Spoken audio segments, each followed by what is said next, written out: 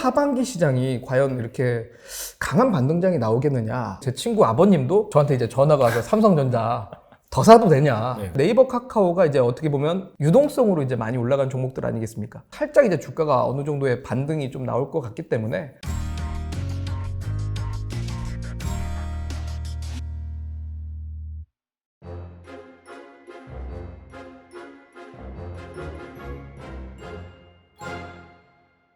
네, 터틀스의 임호동 대표님 모셨습니다. 안녕하세요. 네, 반갑습니다. 대표님 간단하게 소개 좀 부탁드립니다. 네.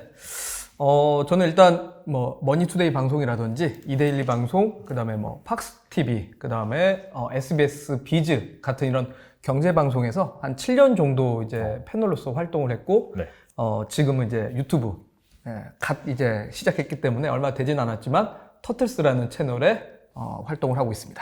그 보니까 그 어떤 그 플랫폼에서 이렇게 뭐 투자 대회에서 막 그 상위에 오르시고 막 그런 네. 타이틀도 있으신 것 같은데. 네. 아우, 제가 그런 걸 어디 공개를 안 했는데 어디서 보셨나 보네요. 제가 유튜브 채널에서 봤나?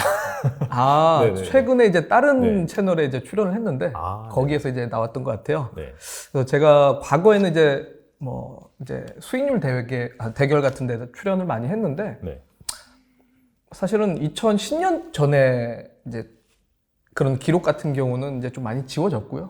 네. 예. 그래서 최근에 이제 했던 게 생각을 해보니까 2016년에 카카오 증권, 증권 플러스였죠. 그때 네. 당시에는. 네. 거기서 이제 실시간으로 사실은 이거는 딱 기간이 정해져 있지 않고 계속 상시지 않습니까? 맞아요. 네. 네. 그래서 거기에서 대략 한 6개월 정도 했었는데 월간으로 어떻게 또 운 좋게 네네. 뭐 한 300%가 조금 넘는 수익을 기록을 해가지고 어마어마하다. 알겠습니다. 그럼 네네. 이렇게 또 월간 기준으로 300% 경이로운 또 기록을 세우신 또 대표님을 모시고 현재 시장이 상당히 어렵잖아요. 네네. 그래서 이제 인사이트를 한번 들어보는 시간을 갖겠습니다. 단도직입적으로 네. 이제 현재 시장을 좀 어떻게 보시는지 좀 궁금하거든요. 사실 현재 시장에 대해서 저는 이제 어떻게 보면 유튜브라는 채널을 하다 보니까 투자자분들에게 조금 좋은 얘기를 해야 투자자분들도 좀 희망이 생기고 이제 그렇죠. 힘이 생기실 텐데 저는 사실 글쎄요 뭐라고 해야 될까요? 투자자분들에게 응원의 메시지를 드리고는 싶지만 머리로는 안 되는 것 같아요 지금. 그렇게 마냥 좋게 보고 있지는 않고 있기 때문에 투자자분들이 뭔가 이제 기대했던 만큼의 수익률이 사실은 좀 나오기 어려운 장세다라고 생각을 하고 있습니다. 보니까 이제 전문가들은 하반기에 좀 반등이 나올 것이다. 네네. 그렇게 얘기하는 분들이 좀 많더라고요. 네네. 비중으로 살펴보면은. 그럼 하반기 약간 좀 코스피 지수 회복 기대해봐도 될까요? 기대라는 표현이 저는 사실은 좀 안 맞다고 생각을 합니다. 그러니까 반등은 반등이 나오는데 네. 투자자분들의 그런 기대치만큼의 반등이 나오지는 못할 거라고 생각이 들고 저는 이제 사실 글쎄요 뭐라고 해야 될까요? 미국의 철학자 중에 조지 산티아나라고 이 사람이 했던 말이 이제 과거를 기억 못하는 사람은 과거를 반복할 뿐이다라는 좀 표현을 했는데 네. 저는 그래서 사실은 이제 주식시장의 역사를 좀 많이 되돌아보기도 하고 또 제가 예전에 매매했던 그런 적들을 한번 많이 기억을 좀 해보는데 최근에 이제 통계 자료를 보니까 주식 투자를 하시는 분들 최근에 주식 투자하시는 분들의 50%가 거의 대부분 2020년에 시작을 하신 분들이 많더라고요. 절반 정도가 2020년 코로나 이것 때문에 유입이 되셨다. 네네네. 그런 말씀이신가요? 그렇죠. 그러니까 50%는 사실은 이전에 3년, 4년 이제 주식 투자 하신 분들이 많다라면 나머지 이제 50% 같은 경우는 아직 주식 경력이 2년밖에 되지 않는다라는 거죠. 그렇기 때문에 과거에 어떠한 일이 있었는지를 사실을 좀 모르다 보니까 지금 같은 시장에서 약간은 혼란을 많이 겪고 있으신 것 같아요. 그래서 뉴스나 언론 매체를 보면은 처음 보는 시장이다. 약간 이런 표현들을 많이 하는데 저는 오히려 이제 이런 시장하고 사실 유사한 좀 환경이 있었던 게 언제였는가를 많이 좀 뒤돌아 봤더니 가장 가까이에는 이제 2018년에서 2019년 장세가 조금 약간 유사한 환경이라고 생각이 들고 네. 근데 그것보다는 더 사실 색깔이 가까운 게 저는 1997년에서 2001년 장세가 가장 좀 유사하다고 생각을 하거든요. 당시에 그러니까 어쨌든 우리나라 같은 경우도 IMF라는 걸 겪고 나서 그 다음에 정부의 적극적인 부양 정책과 중앙은행의 이런 양적 완화라든지 이런 부분들을 좀 겪고 그 다음에 1999년이었죠. 1999년에 경제가 회복할 거라는 기대감으로 상당히 시장이 상승장이 많이 나왔거든요. 근데 그리고 나서 이제 사실 문제가 됐던 게 1999년에 6월이었던 것 같은데 6월에 금리 인상을 첫 번째로 시도를 했고 그 이후에 뭐 결과론적으로는 뭐 닷컴 버블이라고 해가지고 맞아요. 소위 말해 닷컴 기업들이 버블이 깨지기 시작하면서 2000년, 2001년 2년가량 약 시장이 하락을 했던 걸로 기억을 합니다.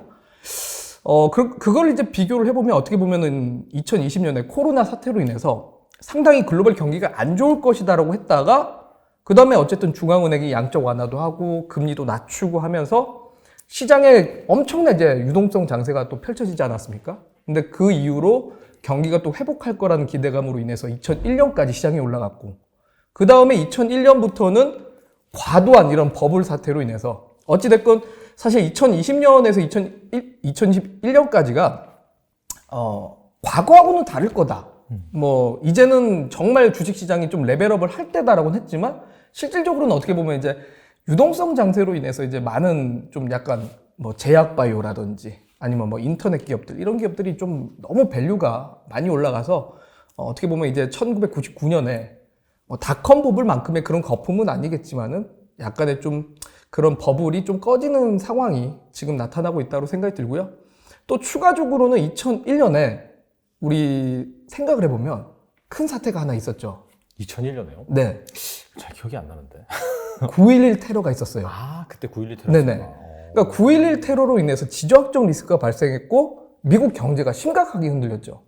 그러니까 지금도 어떻게 보면은 러시아 우크라이나 사태가 발생을 하고 있고 중국의 코로나 봉쇄 조치가 있으면서 또 미중 간의 갈등 여러 가지 이런 지정학적 리스크가 겹쳐 있다 보니까 어떻게 보면 정말 2001년과 현재는 좀 약간 평행이론처럼 좀 유사한 환경이지 않을까 싶고 실제 당시에도 글쎄요 물가가 정말 많이 올라갔습니다. 네. 당시에 2001년 때 당시에도 물가가 많이 올라갔는데 지금도 어쨌든 인플레이션이라는 환경으로 인해서 시장이 이런 뭐 어쨌든 고통을 겪고 있는 걸 봤을 때는 저는 이제 과거로 돌아가서 2001년 장세가 어땠는가를 한번 좀 생각을 해본다면 2022년 시장이 과연 기대치만큼의 상승이 나올까를 고민해보면 상당히 조금 반등은 반등인데 투자자들이 기대할 만큼의 반등은 좀 나오긴 어려울 것 같고 오히려 이제 저는 내년 시장을 좀 생각하면서 투자를 해야 되지 않을까라고 생각을 합니다.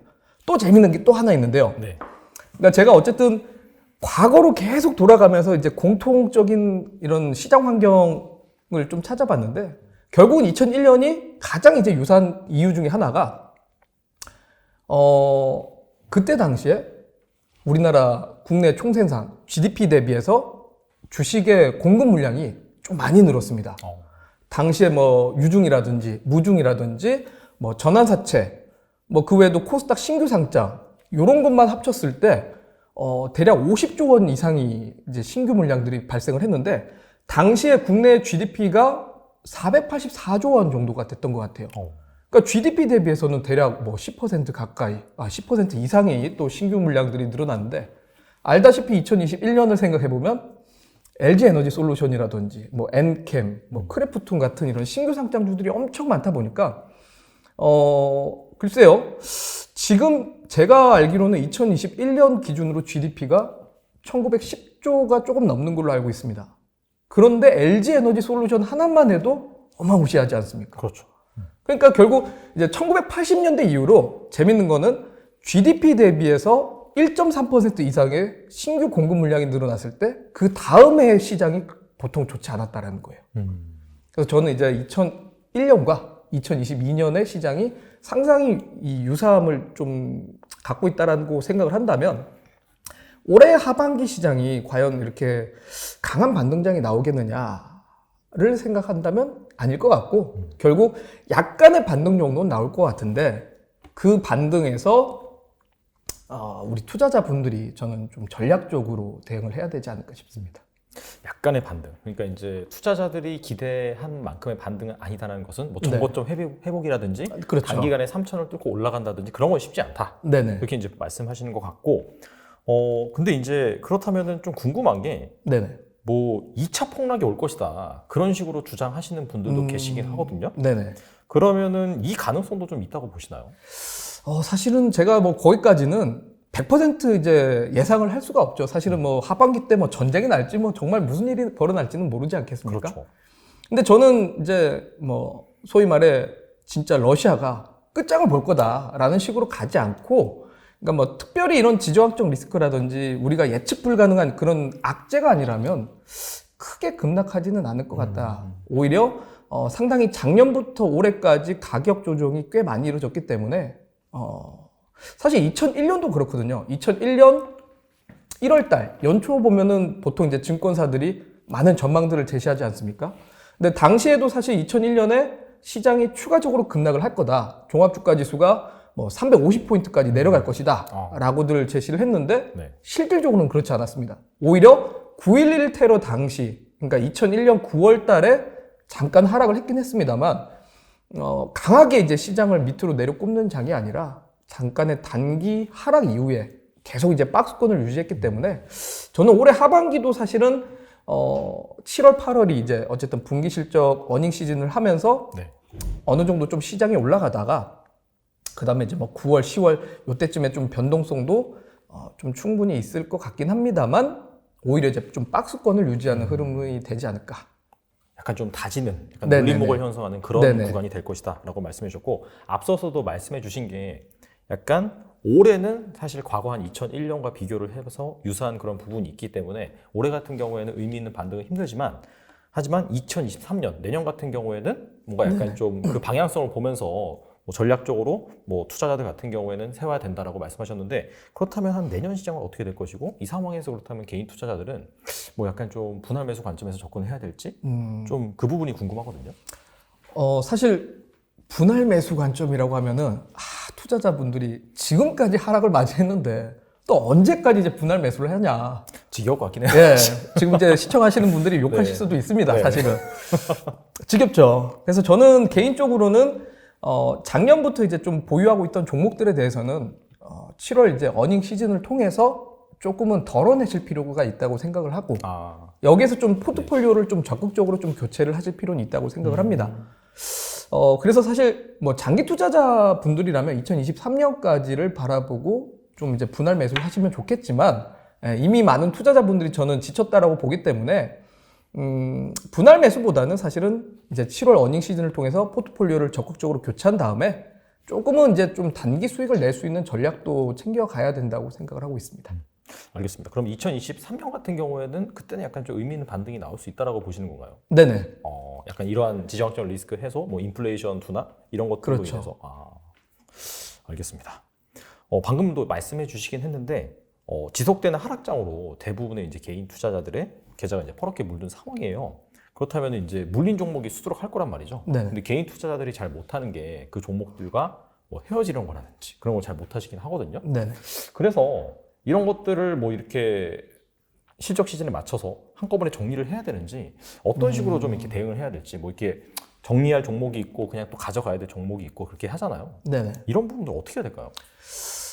저는 솔직히 말씀드려서 방금 질문하신 것과 앞전에 질문 주신 거를 조금 공통으로 좀 막말로 표현하면 네. 저는 털을 사람이 좀 털어야 주식시장이 새로 올라간다라고 좀 얘기를 드리고 싶고, 네네. 조금 좋게 표현을 드리면 사실 작년 같은 경우 기억해보면 1월 달에 삼성전자가 이제 어쨌든 신고가를 경신하고 나서 증권사들이라든지 이제 많은 언론 매체에서 정말 해피한 전망을 좀 내세웠던 걸로 기억을 합니다. 그러다 보니까 이제 투자자분들이 정말 많이 이제 삼성전자라든지 대형주에 많이 사셔가지고 지금까지도 좀 보유하신 분들이 많으신 것 같아요. 뭐 제 주변에도 사실 제 친구 아버님도 저한테 이제 전화가 와서 삼성전자 더 사도 되냐 네네. 많이 좀 질문을 하시는데, 네. 사실 그런 분들이 저는 이제 이번 7월 분기 실적 발표할 때쯤에 그래도 저는 이제 어느 정도 FOMC도 지나고 그다음에 분기 실적에 대한 기대감들이 좀 반영이 된다면 살짝 이제 주가가 어느 정도의 반등이 좀 나올 것 같기 때문에 거기에서 좀 이제 현재 갖고 있는 비중에 대해서 조금 덜어낼 필요가 있다고 봅니다. 특히 한 절반 정도는 저는 과감하게 좀 덜어놔서 2023년이 아무리 이제 시장이 좀 긍정적으로 간다 하더라도 어쨌든 23년까지는 6개월이나 남지 않았습니까? 근데 그 6개월 동안 이 전체 비중을 그대로 들고 가기엔 고통스럽거든요.